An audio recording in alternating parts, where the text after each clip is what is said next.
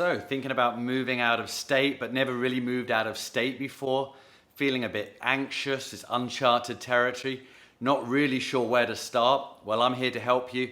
I feel like recently I've been moving people out of state constantly, Florida, Texas, Idaho, you name it, they're going there. So I've got a lot of experience, and myself, obviously, from England, I moved out of a country to another country. So this video, I'm going to be giving you 7 tips of what to do for a smooth process when you're moving out of state. All right, stay tuned.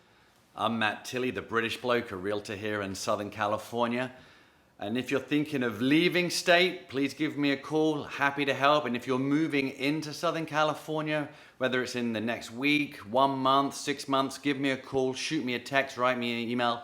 Obviously, I'm happy to help, happy to be a resource, and I'm helping a lot of people like you move into Southern California right now. So here we are. You're about to move out of state. What do you do first? Right now, you're probably just got a million thoughts going through your mind. It's feeling a lot. Maybe you're feeling a bit claustrophobic and you just don't know what to do. Well, you've come to the right place. I would say the first tip, from my experience, watching everyone get stressed and not have enough time, is to declutter early. Some of you have lived in these homes 20, 30, 40 years, and you just have way more stuff than you realize. And I'm not just talking about around the house, I'm talking about in the attic, in the garage. So if you're thinking of moving, I would start decluttering at least 6 weeks before you move. Ideally 2 to 3 months. It takes a lot longer than you think. For a lot of people, it can be an emotional time, throwing away things. So the first tip, declutter early.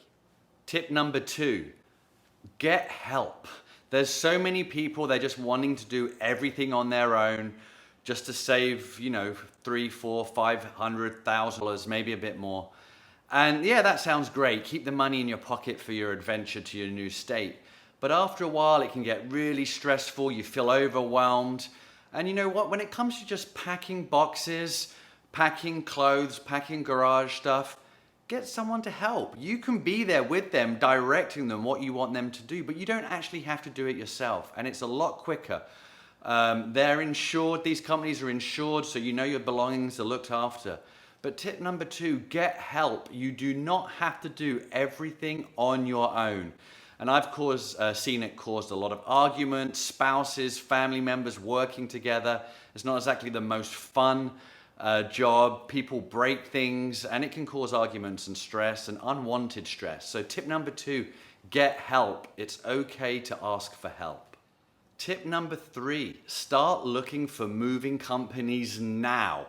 They are super busy right now, especially if you're in California, moving out of California. So many people are doing this right now that they could be backlogged 1, 2, 3, 6 months down the line. So if you're thinking of moving in 3 or 6 months, don't put booking off the moving company. So look for moving companies now. Ask for referrals. If you're in Southern California, give me a call.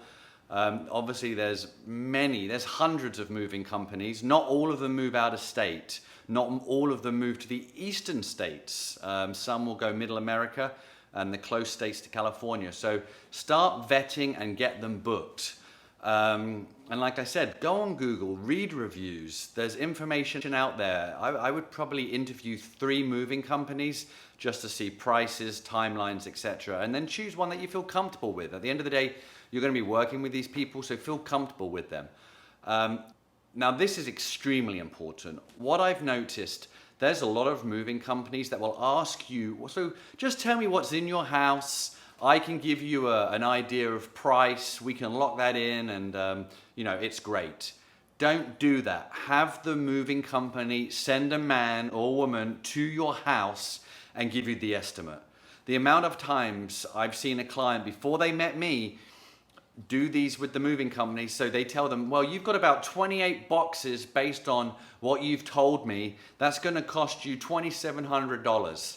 Then when they get to their destination, then once they've packed up the truck and there's nothing you can do about it, they say, ma'am or sir, based on the weight, it's actually $6,000. And you're like, well, you told me $2,700. They're like, we didn't realize you didn't really tell us as much info as you could have, and it's basically underweighted, but it's 6,000. And then you're super stressed, it's double what you wanted, and your trip out of state starts off on the wrong foot. So a really, really important piece of advice. If a moving company says, let's work this out over the phone, say absolutely not, send a person. And if they don't want to do it, you do not want to work with them. Before we move to the next tip, if you go into the description below, you'll see my move-in checklist. So I'm going to give you a free downloadable checklist. You don't have to subscribe to my newsletter or do anything like that. It's yours for free because I want this process to be as painless for you as possible. So yeah, look in the description below and get the moving checklist. I think it will help you. All right, tip number 4. Pack enough stuff for a couple of weeks that you have on the road with you. You know, toiletries, clothes, underwear, etc. You're going to be packing everything up into a truck. They're going to be taking it across the country, who knows where to. And sometimes they're delayed. They'll give you maybe a 72-hour timeline of when you could receive it. They don't usually give you, hey, it's going to be 2 o'clock on Monday. You know, it takes time depending on where you're going, and they'll often give you a window. So if stuff is delayed, or you're in a hotel or staying at a friend's house and it might be longer than you thought, pack enough clothes where you're comfortable. Yes, you can always buy clothes, obviously, but if you have them with you, just another stress that you can not go through. So number 4, pack enough clothes to spend at least 2 weeks without whatever you're packing up in the truck. Tip number 5, and I always get a bit of pushback on this one, but I still kind of firmly believe in it. Sell as much stuff as you can, especially furniture.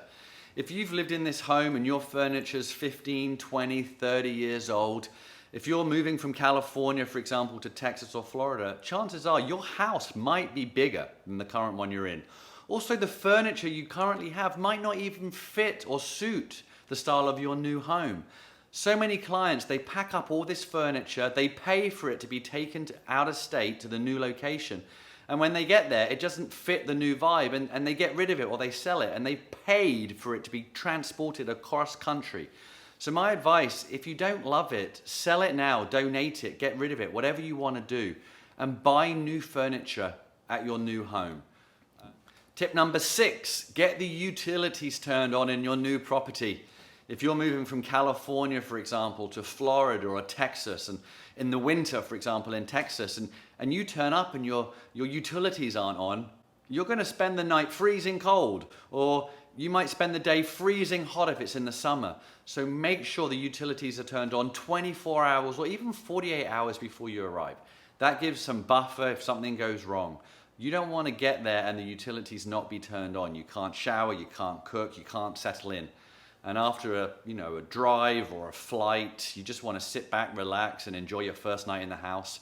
Having your utilities not turned on is a great way to ruin that. Tip number 7, relax.